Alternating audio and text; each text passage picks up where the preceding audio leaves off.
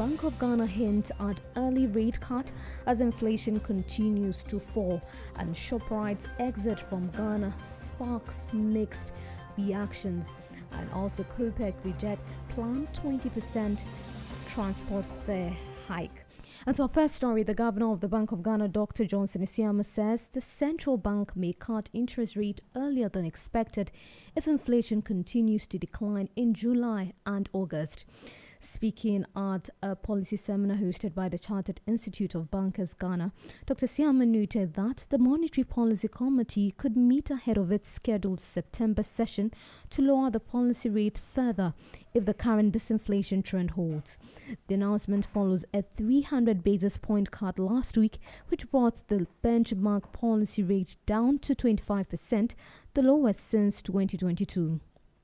Headline inflation has dropped steadily from 23.8% in December last year to 13.7% in June 2025. Dr. Siama attributed the progress to coordinated, data-driven policy action, including tight monetary policy, fiscal discipline, and improved external performance. Ghana's reserves now stand at $11.1 billion, enough to cover 4.8 months of import, while the cedi has appreciated by over 40% against the dollar this year. However, the governor urged banks to shift focus from high-yield government securities to lending for productive sectors like SMEs, agriculture, and green finance. He hinted that interest rates on loans could drop below 10% if banks improve their credit infrastructure and risk assessment. Meanwhile, private sector credit remains flat, and non-performing loans have edged up from 22.6 to 23.1% between January and June.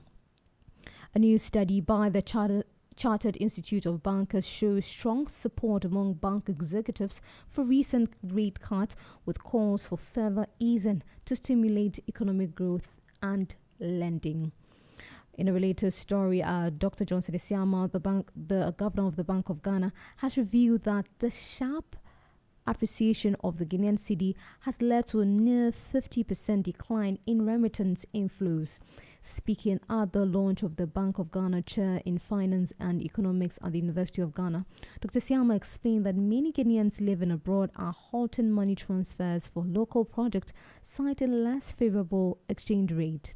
The cedi has strengthened significantly in 2025, gaining over 40% against the US dollar, 31% against the British pound, and 24% against the euro. This appreciation is attributed to improving macroeconomic indicators, falling inflation, and rising external reserves. Dr. Siama noted that although the cedi's performance reflects growing investor confidence and economic stability, it has triggered unexpected behavioral changes among the diaspora. He called for efforts to engage Ghanaians abroad and encourage them to continue sending remittances regardless of exchange rate shift. And the governor added that with inflation easing, the cost of construction and other local goods should also fall, offsetting the impact of the stronger currency on remittance value. Now, South Africa's largest grocery retailer, Shoprite Holdings, has confirmed its planned exit from the Guinean market, sparking a mix of concern and cautious optimism among consumers and industry observers.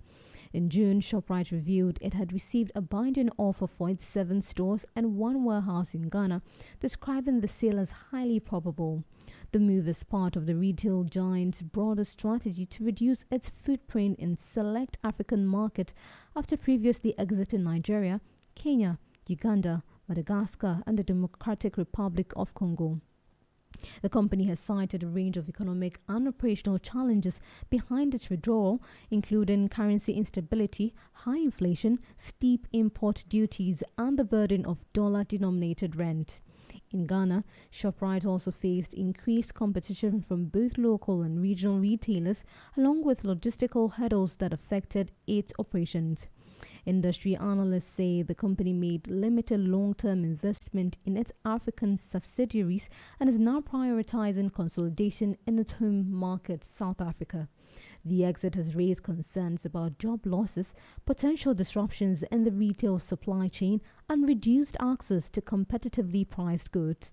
On the other hand, some industry watchers believe it present a fresh opportunity for local retailers to expand and attract consumers who previously relied on the multinational chain.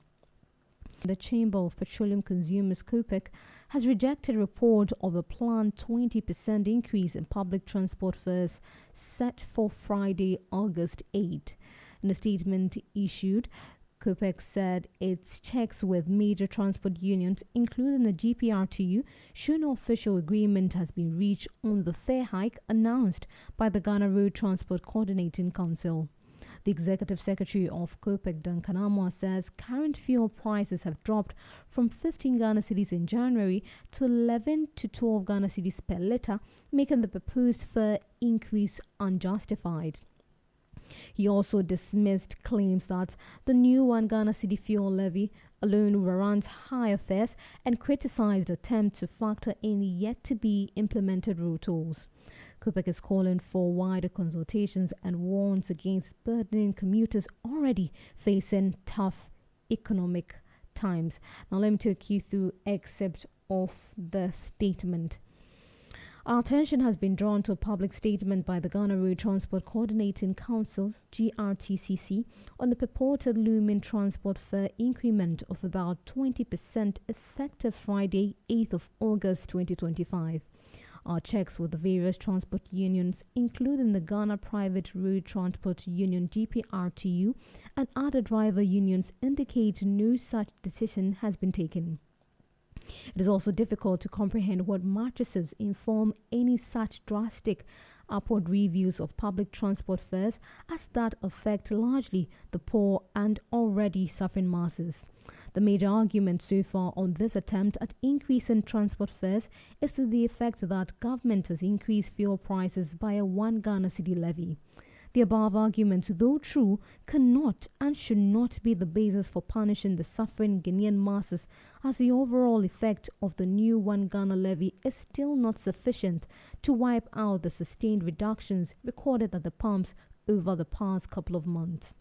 For the avoidance of doubt, fuel prices, which used to sell for around 15 Ghana cedis per litre as of January 2025, when it declined to around 11 Ghana cedis and 12 Ghana cedis per litre, saw a section of drivers who were magnanimous in reducing transport fares by some 15%, though a cross-section of other driver unions did not reduce their fares and had to be literally chased by the local assembly. On the balance of odds or numbers, the pricing levels as of yesterday is still not anywhere near the January prices from which transport fare discussions could be had, and such are surprised at the attempts by a section of transport operators to justify a further increase in fares as of this time. It is, however, imperative to note that an intention which has not yet been enforced cannot and should not form the basis of any increment in transport fares, as the effect will not only be felt by the already suffering masses, but will further diffuse genuine outcry by the people for the cost of goods and services to be reduced across all sectors to bring some relief. It is refreshing to note that the largest transport union has already rejected any such attempt at increasing fares at this time, as the prices for both spare part and fuel cannot be said to have increased. And this was signed by Duncan Amwa, the executive secretary.